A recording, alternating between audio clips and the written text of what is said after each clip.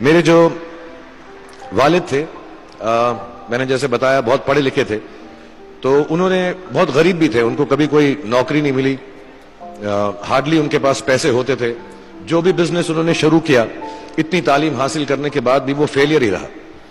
लेकिन उन्होंने बहुत प्यार दिया, और क्योंकि उनके पास पैसे नहीं होते थे तो मेरे हर जन्मदिन पे अपनी कोई पुरानी चीज मुझको दे दिया करते थे। तो पहली पुरानी चीज जो, और बहुत बड़ा चढ़ा के उर्दू में अच्छे अच्छे अल्फाज यूज करके मुझे इंप्रेस करते थे कि बहुत अच्छा प्रेजेंट दिया है मुझको।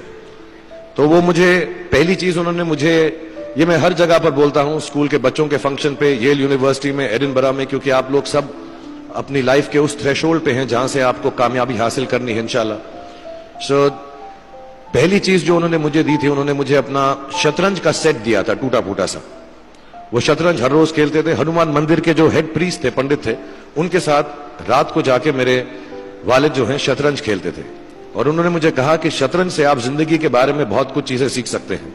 पहली ये कि कोऑपरेशन और साथ मिलजुल कर काम कैसे करना है। दूसरी ये कि जिंदगी में आगे बढ़ने के लिए कभी कभी पीछे भी हटना पड़ता है। तीसरी ये कि जो छोटे लोग होते हैं, जो आप समझते हैं, कई लोग ऐसी बात मानते हैं, जो पॉन्स होते हैं, जो प्यादे होते हैं, उनकी सबसे ज्यादा इज्जत करना जिंदगी के अंदर। कोई भी इंसान छोटा नहीं होता, हमेशा हमेशा जिंदगी में काम आता है। और कामयाबी हासिल करने के लिए आखिरी बात शतरंज ये सिखाती है हमको कि कभी कभी जिस चीज से सबसे ज्यादा लगाव होता है, जैसे रानी से अमूमन हो जाता है, कभी कभी उसे भी सैक्रिफाइस करना पड़ता है आगे बढ़ने के लिए। दूसरी चीज जो उन्होंने मुझे दी, मेरे पास है वक्त, 2 मिनट बोल सकता हूं मैं, सॉरी।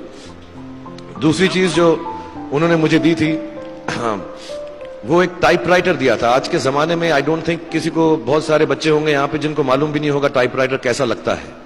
अब सब कंप्यूटर पे काम करते हैं। तो टाइपराइटर के ऊपर जब आदमी लिखता है और अगर गलत लिखता है तो उसको मिटाने में बहुत तकलीफ होती है। So you have to be very diligent, बहुत ध्यान से लिखना पड़ता है। हम गलती नहीं कर सकते। और टाइपेक्स यूज करते थे टाइप को निकालने के लिए, कभी उंगली फंस जाती थी उसकी कीज के बीच में, मगर बहुत मेहनत से, बहुत डिलिजेंस से काम करना पड़ता था। तो जब मैं उस पर टाइपिंग सीखा स्कूल में कॉमर्स करते वक्त, so the only thing I realize is that practice makes you perfect. तो जो भी काम आप जिंदगी में करें उसको डिलिजेंस से करें, ऐसा करें कि कोई गलती ना हो, अपना पूरा दिमाग लगाकर करें, सोच समझ कर करें। ऐसे करें कि यह काम जिंदगी में आपका पहला काम है और इसके बाद आपको मौका नहीं मिलेगा, और शायद यह काम आपका जिंदगी का आखिरी काम है, इसके बाद फिर मौका नहीं मिलेगा। So do it with that kind of diligence. तीसरी चीज उन्होंने मुझे कैमरा दी थी, क्योंकि बहुत गरीब थे, वो कैमरा चलता नहीं था बिल्कुल भी। सिर्फ उसके व्यू फाइंडर से बड़ी अच्छी अच्छी तस्वीरें दिख जाती थी, लेकिन खिंचती बिल्कुल भी नहीं थी।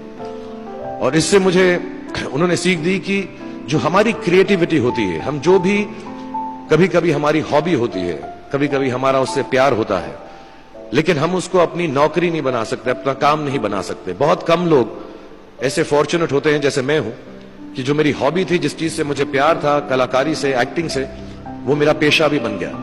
अमूमन ऐसा होता नहीं है। लेकिन जो हमारी कला है, चाहे वो पोएट्री है, चाहे वो लिखना है, चाहे वो पेंटिंग है, चाहे जो भी चीज, गाना है, अकेले में गाना है, हमारी क्रिएटिविटी जरूरी नहीं है कि दुनिया एक्सेप्ट करे। जैसे उस कैमरा की तस्वीरें दिखती नहीं है, लेकिन उसमें देखने से खूबसूरत लगता है हर कुछ, वैसे ही आपकी जो क्रिएटिविटी है वो अपने लिए रखें। क्योंकि जिंदगी में कभी ना कभी, कहीं ना कभी ऐसा मुकाम आएगा जब आप बहुत अकेला फील करेंगे। हो सकता है दुख का समय भी आए। उस वक्त आपकी जो क्रिएटिविटी है वो आपकी सबसे अच्छी दोस्त होगी, दुनिया उसको माने या ना माने। मैं बहुत खराब पोएट्री करता हूं, लेकिन जब भी दुखी होता हूं तो लिख लेता हूं।